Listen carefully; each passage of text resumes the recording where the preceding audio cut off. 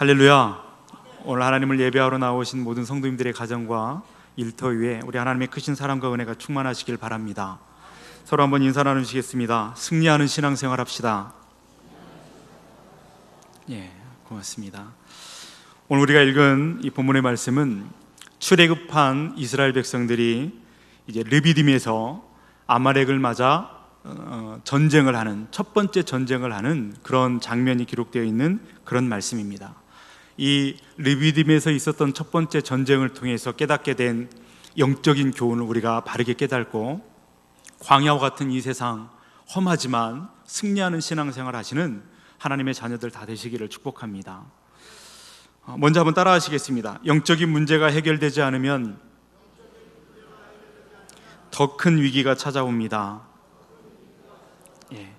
오늘 첫 번째 우리 이 전쟁에서 우리가 받게 되는 교훈은 영적인 문제가 해결되지 않으면 더 큰 위기를 맞게 된다라고 하는 것입니다.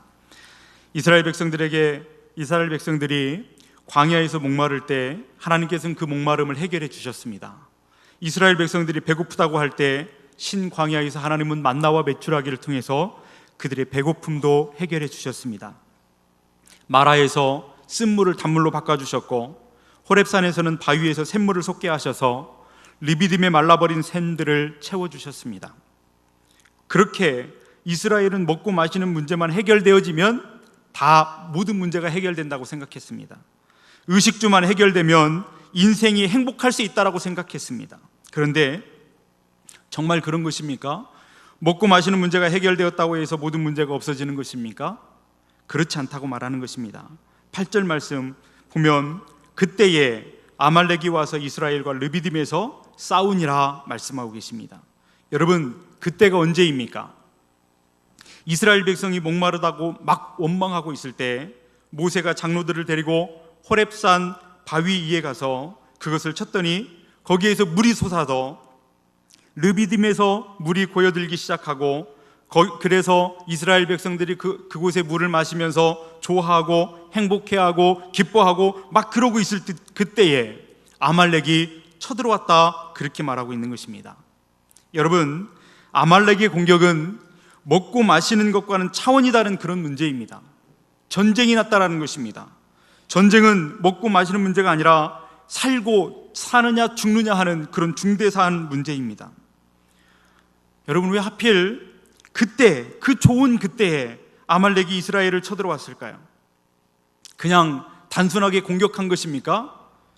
그런데 그렇게만 보기에는 16절에서 하나님께서 아말렉을 대하시는 태도가 너무나 분명하고 단호한 것을 보게 됩니다. 16절 보십시오.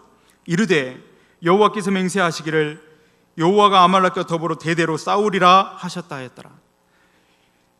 아말렉과 대대로 싸우리라 말씀하셨습니다. 이 말씀이 무슨 말이냐면 대대로 아말렉이 이스라엘을 괴롭히게 될 것이다 라고 하는 말씀이라고도 할 수 있습니다. 실제로 성경에 보면 사무엘상 15장에 보면 하나님께서 사울왕에게 아말렉을 진멸하라 명령하셨습니다. 그래서 그 아말렉과 싸움을 했는데 사울왕이 이겼습니다. 아각 왕도 붙잡았습니다. 그래서 이제 모든 것들을 다 진멸해야 되는데 문제는 사울이 그들의 가축을 보고 욕심이 생겼어요. 아각 왕을 풀어주면 자기의 명예가 높아질 것 같은 그런 교만함이 생겼습니다. 그래서 하나님이 명령하신 것을 불순종했어요. 결국 아말렉 때문에 사울 왕은 어떻게 되었느냐면 하나님께 버림받는 존재가 되고 말았습니다. 다윗도 그랬습니다. 사무엘상 30장의 말씀에 보면 다윗이 블레셋에 망명 갔을 때요, 다윗이 잠깐 자리를 비운 사이에 아말렉이 쳐들어왔습니다. 그래서 성을 다 불태워버리고 다윗의 가족들과 또 부하들의 가족들을 끌고 가버렸습니다. 그것 때문에 다윗과 다윗의 부하들이 갈등이 있었던 것을 우리는 보게 됩니다. 페르시아에서는 에스더와 모르드게를 그렇게 괴롭혔던 사람이 있었습니다. 하만이라고 하는 사람이요. 이 하만은 이스라엘 백성들을 다 죽이려고 그렇게 음모를 꾸몄던 사람이었습니다. 그런데 하만이 어떤 사람이었어요? 오히려 그렇게 음모를 꾸몄지만 오히려 그는 자기가 죽는 신세가 되고 말았지 않습니까? 하만이 어떤 사람이었냐면 아말렉 사람이었습니다.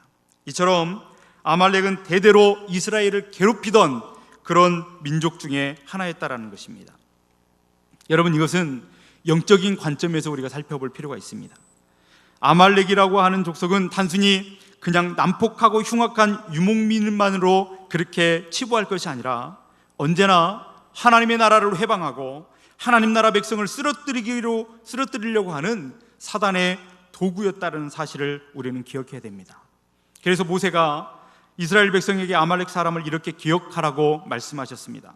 신명기 25장 17절 18절 말씀에 보면 너희는 애굽에서 나오는 길에 아말렉이 네게 행한 일을 기억하라.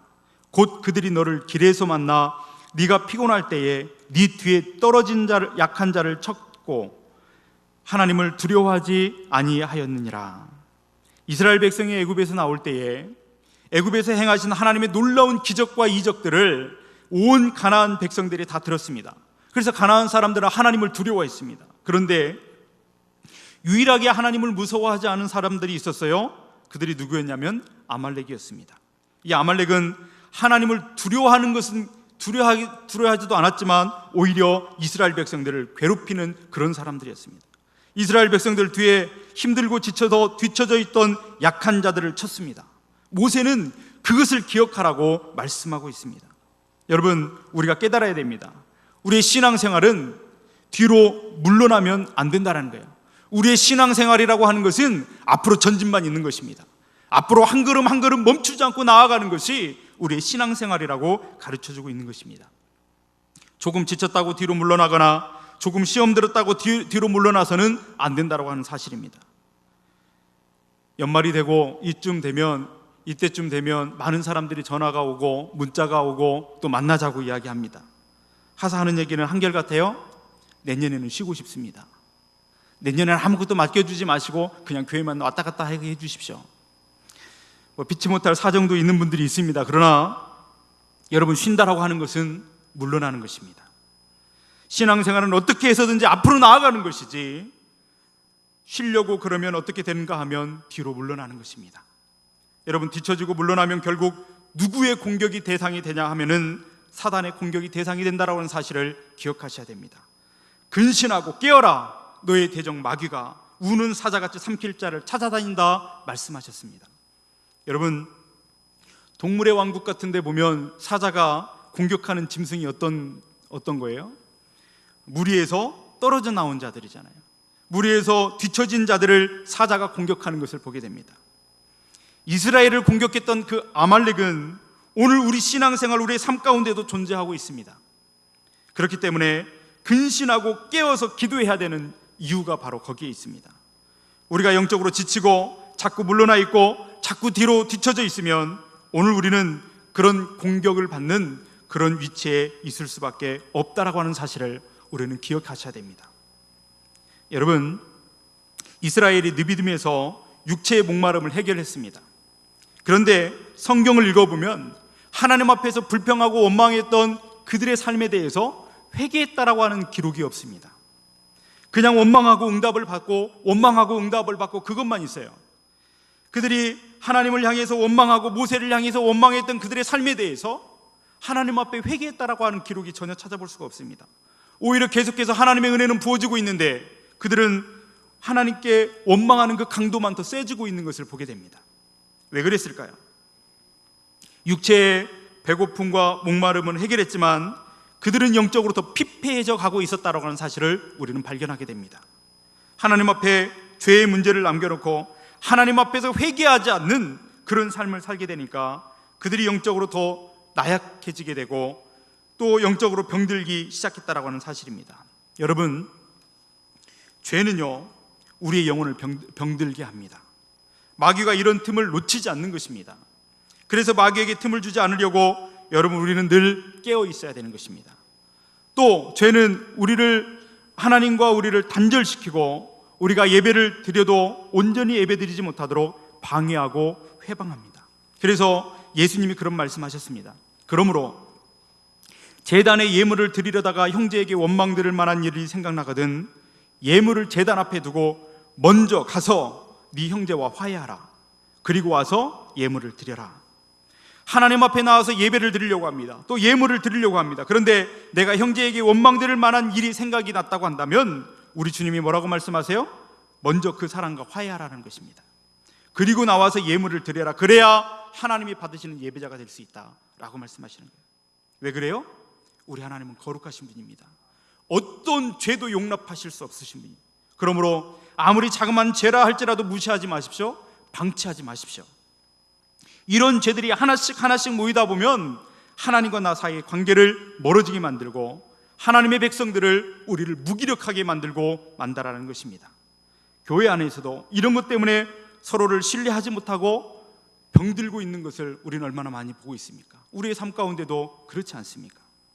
그래서 아말렉이 뒤처지고 있고 힘들어하던 이스라엘 백성들을 쳤듯이 서서히 오늘 우리들 가운데 연약한 자들을 치기 시작하고 그들을 끊어내기 시작한다는 거예요. 별로 중요하지 않다고 생각했던 것들, 그것들을 허용하고 방치했다가는 더 큰 낭패를 볼 수 있다는 사실을 기억하셔야 됩니다. 과거에 유럽의 광산에서 일하던 그 광부들은 카나리아라고 하는 새를, 조그만 한 12cm, 13cm밖에 되지 않는 그런 조그만 새를 새장에 넣어가지고 그 갱도 안으로 들어갔다고 하죠. 그래서 일을 했다고 합니다. 칙칙하고 그 캄캄한 그 동굴 안에서 새의 노랫소리를 듣기 위해서 그 새를 가지고 간 것이 아니라, 이 카나리아는 산소가 희박해지면 사람보다 먼저 그것을 반응한다라고 하는 것이죠. 사람은 어리석어서 산소가 떨어지는지도 모르고 열심히 일만 하다가 산소가 떨어져가지고 지치고 쓰러지고 죽어가는 사람들이 많이 생겨났다는 거예요. 그런데 이 카나리아가 먼저 그것을 깨닫게 되는 것입니다. 그러니까 카나리아를 데리고 이제 동굴에 가서 열심히 일을 하고 있는데 카나리아가 비실비실하고 힘이 없어지고 픽픽 쓰러지면, 지금 산소가 이곳에 부족하구나, 그렇게 깨닫고 얼른 그것을 대피할 수 있게 되었다는 것이죠. 여러분, 카나리아는 아무것도 아닌 작은 그냥 생물에 불과한 것입니다. 그 카나리아가 연약해진 것을 보고 위기를 깨달은 것처럼 마찬가지입니다. 오늘 우리의 아주 작은 부분들이지만 작은 부분들이 흔들리는 것을 보고 오늘 내 신앙의 위기를 발견할 수 있어야 될 줄로 믿습니다. 오늘날 이 사회의 약자들이 대접받지 못하고 이 사회의 약자들이 방치되는 그런 상황들을 가만히 보면 사회가 병드는 것입니다. 사회가 병들고 사회가 죽어가는 것인 걸 우리가 알게 되지 않습니까? 교회도 마찬가지입니다. 겉은 멀쩡한 것 같고 괜찮은 것 같이 보인다 할지라도 연약한 자들이 그 안에서 흔들리고 상처받고 쓰러지고 있다면 여러분, 큰 위기가 몰려오고 있다는 사실을 우리는 알아야 됩니다. 그러므로 먹고 마시는 문제, 의식주가 해결됐다고 해서 모든 것이 다 끝난 것이 아닙니다. 오늘 내 삶에 하나님과의 관계에서 해결되지 못한 자그마한 죄가 있는지 없는지 우리는 돌아보셔야 됩니다. 풀리지 않는데 사람과의 관계의 문제는 없는지 돌아보셔야 됩니다. 내가 잘못하고 실수했는데 여전히 용서를 구하지 못한 것들이 있다면 그것을 돌아보셔야 됩니다. 내가 잘못된 습관을 끊지 못해서 그래서 내가 자꾸 죄의 유혹에 넘어지고 있는 것은 아닌지 자신을 돌아보셔야 됩니다. 그래서 내 신앙에 자꾸 뒤로 밀려가고 뒤처지고 낙심하고 있는 것은 아닌가 우리는 돌아보셔야 됩니다. 여러분, 기억하셔야 돼요. 먹고 마시는 문제 해결됐다고 모든 문제가 사라지는 것이 아니라 오히려 하나님 앞에 이 영적인 문제를 해결하지 않으면 더 큰 위기가 찾아온다는 사실을 기억하시고 이스라엘은 리비딤에서 그 영적인 교훈을 얻었다라고 하는 사실입니다. 두 번째로 우리 한번 따라 하시겠습니다. 순종하는 사람에게 하나님의 능력은 임합니다. 순종하는 사람에게 하나님의 능력이 임한다고 말씀하십니다. 여러분, 모세는 아말렉이 공격해 온다는 소식을 듣자마자 여호수아에게 나가서 싸우라고 명령했습니다. 9절 말씀해 보십시오. 모세가 여호수아에게 이르되 우리를 위하여 사람들을 택하여 나가서 아말렉과 싸우라. 내가 내일 하나님의 지팡이를 손에 잡고 산 꼭대기에 서리라. 여기서 여호수아가 처음 등장하게 되는데 원래 이 여호수아의 이름은 호세아라고 하는 이름입니다. 그런데 모세가 이 사람을 여호수아라고 새로운 이름을 지어 불러주셨어요. 새로운 이름을 지어 불러주었다라고 하는 것은 그만큼 여호수아가 모세의 눈에 들었다라는 얘기입니다. 그만큼 그를 신뢰하고 호감을 갖고 있었다라고 하는 것으로 이해할 수 있습니다. 그러나 여러분, 전쟁의 지휘관으로 서기 위해서는 아무나 할 수 있는 것이 아닙니다. 지금 이스라엘 중에 전쟁을 지휘할 수 있는 사람은 아무도 없었어요. 모세밖에 없었습니다. 모세는 40년 동안 애굽의 궁정에서 잘하지 않았습니까? 거기서 훈련받았습니다. 많은 전쟁도 보았을 것입니다. 그리고 어떻게 대처해야 되는지도 알았을 것입니다. 그래서 전투에 전쟁이 일어나면 그 주의를 맡을 수 있는 사람은 모세밖에 없었어요. 전투에 이끌 수 있는 능력을 모세는 갖추고 있었지만 이스라엘 백성들은 그동안 노예로만 살았기 때문에 한 번도 전쟁을 경험해보지 않았기 때문에 전쟁을 주의할 수 있는 사람이 아무도 없었다는 말입니다. 그런데 모세는 자기 혼자밖에 그런 자격이 능력이 없는데 자기는 앞에 가지 않고 전쟁에 참여하지 않고 여호수아를 앞장 세우는 것을 보게 돼요. 모세가 여호수아에게 주목했던 것이 무엇이었을까요? 모세가 이렇게 할 수 있었던 것은 여호수아가 가진 능력이 탁월해서가 아닙니다. 여호수아에게는 기본적으로 하나님과 함께 하시는 사람의 모습이 보였기 때문에 그렇습니다. 하나님께서 함께 하심을 모세가 보았기 때문에 나중에 하나님께서 모세의 후계자로 여호수아를 세우실 때에도 그렇게 말씀하셨어요. 민수기 27장 18절의 말씀해 보니까 여호와께서 모세에게 이르시되 눈의 아들 여호수아는 그 안에 영이 머무는 자니 너는 데려다가 그에게 안수하고. 여러분, 그 안에 영이 머문다 무슨 말일까요? 하나님과 함께하는 사람이었다는 거예요. 오늘날 말로 하면 성령이 충만한 사람이 여호수아였다라고 하는 사실입니다. 초대교회에서 지도자를 뽑을 때 여러분 어떤 것이 기준이었습니까? 사도행전 6장에 보면 7명의 집사님들을 뽑을 때에 믿음과 성령이 충만한 사람을 지도자로 뽑았던 것을 보게 돼요. 바나바라고 하는 사람이 교회의 지도자로 세움받을 때 사도행전 11장 24절에는 그를 소개하기를 이렇게 소개합니다. 바나바는 착한 사람이요 성령과 믿음이 충만한 사람이다 말하고 있습니다. 결국 지도자는 어떤 사람인가? 어떤 사람이 지도자가 될 수 있냐면 성령 충만한 사람이요 그 사람이 지도자가 되어야 한다는 사실입니다. 바나바는 거기에 덧붙여서 뭐 했다고요? 착했다라고 말했습니다. 영적으로나 성품으로나 정말 교회의 지도자로서 모든 사람이 인정하고 칭찬하고 존경할 만한 그런 사람이었다라고 하는 사실입니다. 여러분, 그렇다면 그 사람이 믿음과 성령이 충만한지를 어떻게 우리는 알 수가 있을까요? 그 사람이, 그 지도자가 믿음과 성령이 충만한지를 어떻게 알 수 있을까? 일단 바나바처럼 착해야 됩니다. 착하다는 말이 무슨 말이냐면 그 안에 성령의 열매가 있다라는 것이거든요. 성령의 열매가 그 안에 있어서 예수님을 닮은 성품이 그의 삶에서 드러나야 된다는 사실입니다. 두 번째, 믿음과 성령이 충만한 사람은 어떤 사람인가 하면 순종할 자세가 되어 있는 사람입니다.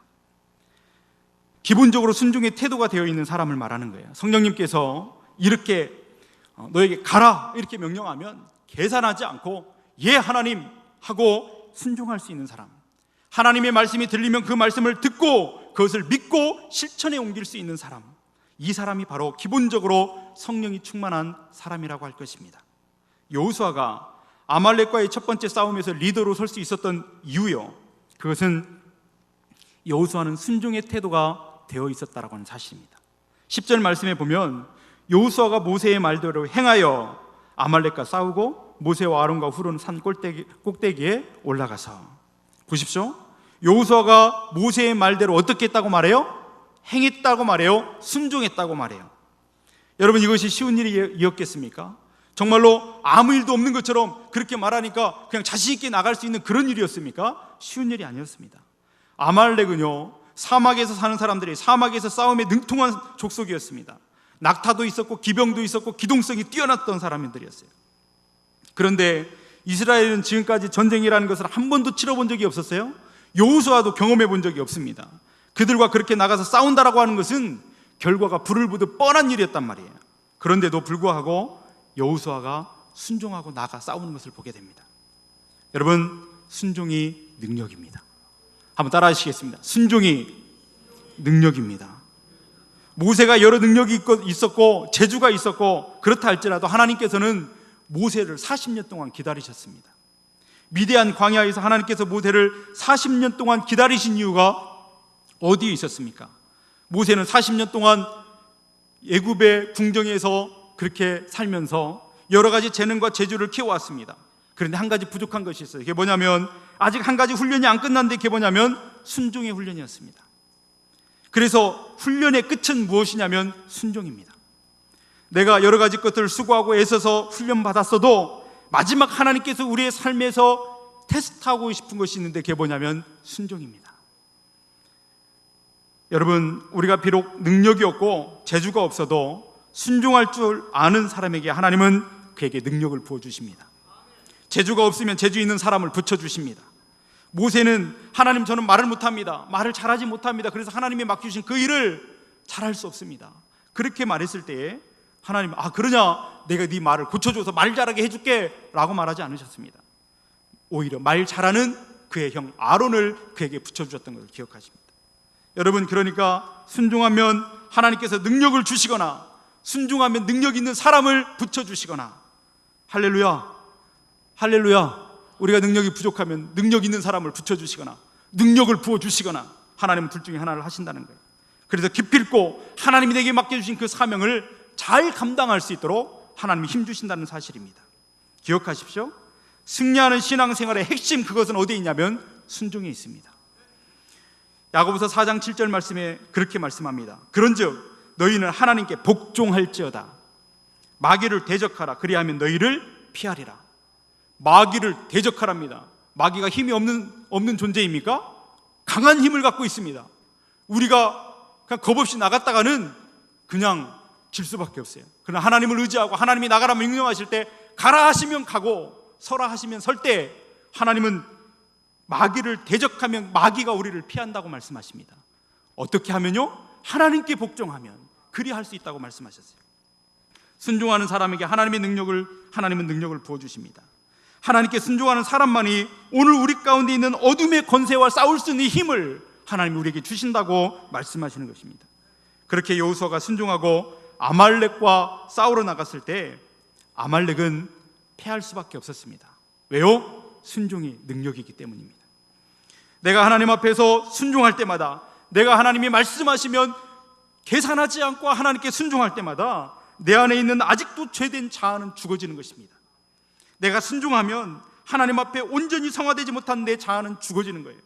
그리고 하나님의 능력이 내 안에 머물게 되는 것입니다. 여러분, 오늘 우리의 삶이 하나님 앞에 절대적으로 순종할 수 있는 삶이 될 수 있기를 주님의 이름으로 축원드립니다. 그러면 우리가 하나님의 능력을 힘입고 하나님이 맡기신 그 일, 어떤 일이라도 넉넉하게 감당할 만한 믿음의 사람들이 될 줄로 믿습니다. 마지막으로 한번 따라 하시겠습니다. 기도의 자리가 승리의 자리입니다.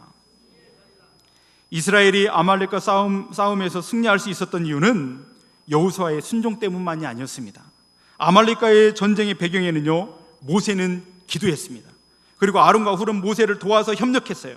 그리고 이스라엘은 나가서 열심히 싸웠기 때문에 하나님의 전능하신 오른손이 그들을 붙잡으시고 그들을 도우셔서 모든 것이 합력하여 선을 이루게 하신 결과였습니다. 성도에게 있어서 기도만큼 중요한 것은 없습니다. 모세가 전투를 지휘할 수 있는 능력이 있었음에도 불구하고 전투의 지휘관으로 그곳의 전장에 앞장서 나간 것이 아니라, 나가지 않고 오히려 기도의 자리에 올라가서 기도한 것은 기도가 그만큼 중요했기 때문에 그렇습니다. 그런데 여러분, 기도만큼 또 중요한 것이 있습니다. 그게 뭐냐면 주님의 손과 발이 돼서 일하는 것입니다. 기도만 해서는 안 됩니다. 기도했다면 믿음으로 일할 수도 있어야 된다는 사실입니다. 하나님은 사람을 통해서 일하십니다. 기도하는 사람을 통해서 일하시는데, 기도하는 사람이 되어야 될 뿐만 아니라 여호수아처럼 일하는 사람도 되셔야 됩니다. 그래서 오늘 우리가 성공하는 신앙인으로 살아가기 위해서는 우리 안에 모세와 여호수아가 균형을 이루고 있어야 된다는 사실이에요. 그래야 아말렉을 이기는 것입니다. 교회도 마찬가지입니다. 교회가 힘이 있고 부흥하려고 한다면, 부흥하는 그런 교회에 가보면 기도와 사역이 균형을 이루고 있는 것을 보게 됩니다. 열심히 사역만 해서는 안 됩니다. 기도도 해야 됩니다. 기도만 해서는 안 됩니다. 사역을 해야 됩니다. 그래서 힘있고 부흥하는 교회들 특징이 뭐예요? 기도와 사역이 균형을 이루고 있다.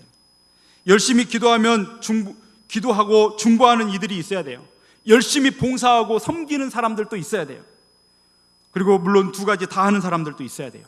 교회 안에 그런 균형이 잡혀져 있어야 우리 가운데 찾아오는, 공격해오는 아말렉을 넉넉하게 이기는 교회 공동체, 우리 신앙의 삶이 될 수 있다는 사실을 말해주고 있습니다. 모세가 전장에 내려다 보이는 높은 산 위에 올라가서 하나님의 지팡이를 손에 들고 높이 손을 들었습니다. 그리고 기도합니다. 그리고 여호수아는 명령을 받고 순종하여 이스라엘과 더불어 함께 나아가 싸우고 있습니다. 그런데 성경을 보니까 항상 이기는 것은 아니었던 것 같아요. 모세가 너무 지쳐서 지팡이를 손을 들었던 손을 내리면 이스라엘이 싸움에서 밀리는 것입니다. 여러분, 전쟁에서 싸움에 밀린다라고 하는 것은 무슨 말일까요? 적의 칼에 찔려서 죽어가는 사람들이 생겼다라는 거예요. 보십시오. 모세가 그 죽어가는 형제들을 바라보면서 얼마나 손을 들고 싶었겠어요. 손을 내리고 싶지 않았을 것입니다. 손을 들고 싶었을 거예요. 근데 얼마나 힘들었으면 들었던 손을 내릴 수밖에 없었나요? 여러분, 얼마나 절박하고 안타까운 상황이 벌어지고 있는지 우리는 여기서 볼 수가 있습니다. 그런데 거기에 누가 있었냐면 아론과 훌이라고 하는 사람이 있었어요. 아론이요, 모세보다 나이가 많았습니다. 3살, 아론이 모세보다 3살 많은 형이었잖아요. 훌도 나이가 많은 사람이었습니다. 그래서 전쟁에 직접 나가서 싸울 수는 없었어요. 그래도 죽어가는 자기의 형제들을 바라보면서 그들의 마음 가운데는 나라도 지금 여기 이 몽둥이 들고 가서 싸워야 되는 것은 아닌가, 그런 마음으로 가득 찼을 것입니다. 여러분, 정말 순종하는 사람들의 마음의 태도에는 그것이 있습니다. 나라도 해야 되겠다. 나라도 해야 되겠다. 왜 나만 해야 되느냐고 말하지 않고 불평하지 않고 나라도 해야지, 나라도 기도해야지, 나라도 저 빈자리를 채워야지, 나라도 나가야지, 그런 마음이 있는 사람들은 하나님이 기뻐하신다라고 말씀하십니다. 여러분, 아론과 훌이 나라도 해야지 그러면서 어떻게 할까 그 조바심을 느끼고 있을 때 그들은 놀라운 사실을 보고 깨닫게 됩니다.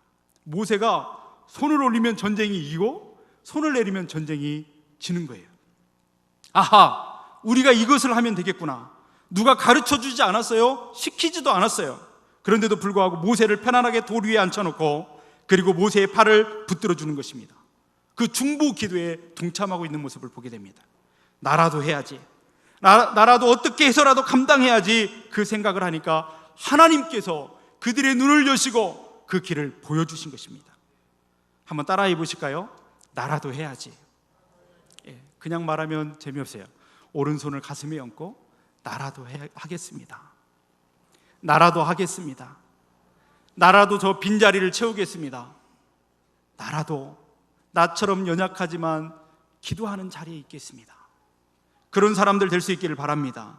그랬더니 어떻게 되었습니까? 13절 말씀해 보니까 여호수아가 칼날로 아말렉과 그 백성들을 쳐서 무찔렀다 말씀합니다. 여호수아가 칼날로 아말렉을 무찔렀지만 실상은 그 뒤에서 기도와 말씀이라고 하는 양날의 검이 있었다라고 하는 사실을 우리는 기억해야 됩니다. 사도 바울은 마귀의 관계를 이기기 위해서 하나님의 전신갑주를 입어야 된다고 말씀하셨어요.